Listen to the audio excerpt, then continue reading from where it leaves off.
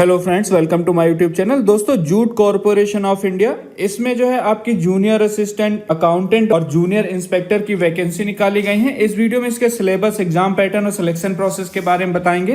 तो चलिए स्टार्ट करते हैं। सबसे पहले बात करते हैं जूट कॉरपोरेशन ऑफ इंडिया के सिलेक्शन प्रोसेस की। इसमें अगर बात करें अकाउंटेंट के सिलेक्शन प्रोसेस की, तो इसमें सीबीटी होगा, यानी कि सबसे पहले स्टेज 1 में कंप्यूटर बेस्ड टेस्ट होगा, उसके बाद स्टेज 2 होगा जिसमें डॉक्यूमेंट वेरिफिकेशन होगा, और उसके बाद स्टेज 3 होगा जो कि फाइनल मेरिट लिस्ट बनाई जाएगी। और इसमें आपका क्वालिफाइंग भी है। अगर आप जनरल यानी कि अनरिजर्व कैटेगरी में अप्लाई करते हैं, या फिर ओबीसी या ईडब्ल्यूएस या फिर एक्स सर्विसमैन है, तो कम से कम 50% आपको रिटन एग्जाम में नंबर लाने होंगे। लेकिन अगर आप एससी, एसटी या फिर विकलांग उम्मीदवार हैं तो 45% नंबर आपको कंफर्म है लाना। तो ये है इसका सिलेक्शन प्रोसेस। इसके बाद बात करते हैं जूनियर अकाउंटेंट के सिलेक्शन प्रोसेस की। तो इसमें भी आपका स्टेज 1 में कंप्यूटर बेस्ड टेस्ट होगा, टाइपिंग टेस्ट होगा। टाइपिंग टेस्ट की जो परफॉर्मेंस है 40 वर्ड पर मिनट होनी चाहिए इंग्लिश में, और ये केवल क्वालिफाइंग है, मतलब टाइपिंग टेस्ट आपका जो है केवल क्वालिफाइंग है। उसके बाद आता है स्टेज 2 जिसमें आपका डॉक्यूमेंट वेरिफिकेशन होगा, और फिर आपकी जो है फाइनल मेरिट लिस्ट बनाई जाएगी, और इसमें भी आपका क्वालिफाइंग है।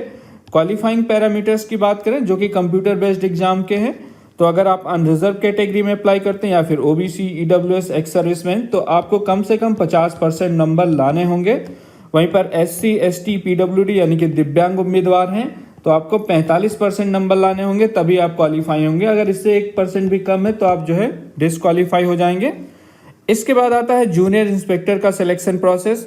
इसमें भी 4 स्टेज में आपका एग्जाम होगा। सबसे पहले आपका सीबीटी होगा, यानी कि कंप्यूटर बेस्ड एग्जाम होगा, उसको क्वालिफाई भी करना होगा। अगर कंप्यूटर बेस्ड एग्जामिनेशन में आप अनरिजर्व कैटेगरी में है या फिर ओबीसी में है, ईडब्ल्यूएस में या एक्स सर्विसमैन में है, तो आपको कम से कम 60% नंबर लाने होंगे क्वालिफाई करने के लिए।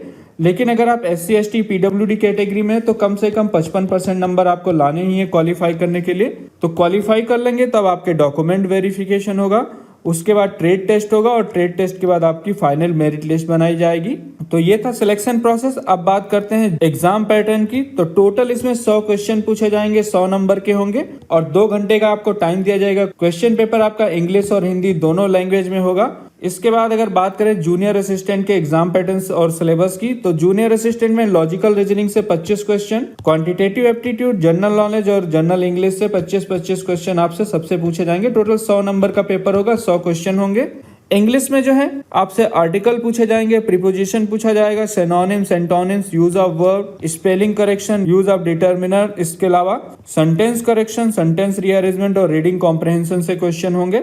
इसके बाद आता है आपका जनरल नॉलेज, जिसमें इंडिया की हिस्ट्री और फ्रीडम स्ट्रगल के बारे में पूछा जाएगा, Indian geography, world geography, Indian polity, Indian constitution, art और कल्चर तथा इंडियन इकोनॉमी और करंट अफेयर। करंट अफेयर से 4 से 6 क्वेश्चन आपसे जरूर पूछे जाएंगे। स्टैटिक जीके से कम 6 क्वेश्चन आप मान के चलिए। और इसके स्टडी मटेरियल का पीडीएफ अगर चाहते हैं तो आप कमेंट बता सकते हैं, आपको दे दिया जाएगा। लिंक वीडियो के डिस्क्रिप्शन में दिया गया, आप वहां से भी डाउनलोड कर लें। लॉजिकल रीजनिंग में आपसे number series, letter series, coding decoding, direction sense, blood relation, mathematical reasoning, speed, distance और टाइम तथा स्टेटमेंट और कंक्लूजन से क्वेश्चन पूछे जाएंगे। वहीं पर क्वांटिटेटिव एप्टीट्यूड की बात करें तो इसमें simplification, percentage, profit and loss, simple interest और compound interest, average, time and work, ratio and proportion, mensuration तथा स्टैटिकल चार्ट्स के बारे में पूछा जाएगा। तो ये था इसका सिलेबस। आप पीडीएफ को डाउनलोड कर लें, वीडियो के डिस्क्रिप्शन में लिंक दिया गया, और इससे रिलेटेड कोई इन्फॉर्मेशन चाहिए तो हम उससे कमेंट बॉक्स में पूछ सकते हैं। ये वीडियो देखने के लिए और मेरे साथ बने रहने के लिए आपका बहुत बहुत धन्यवाद।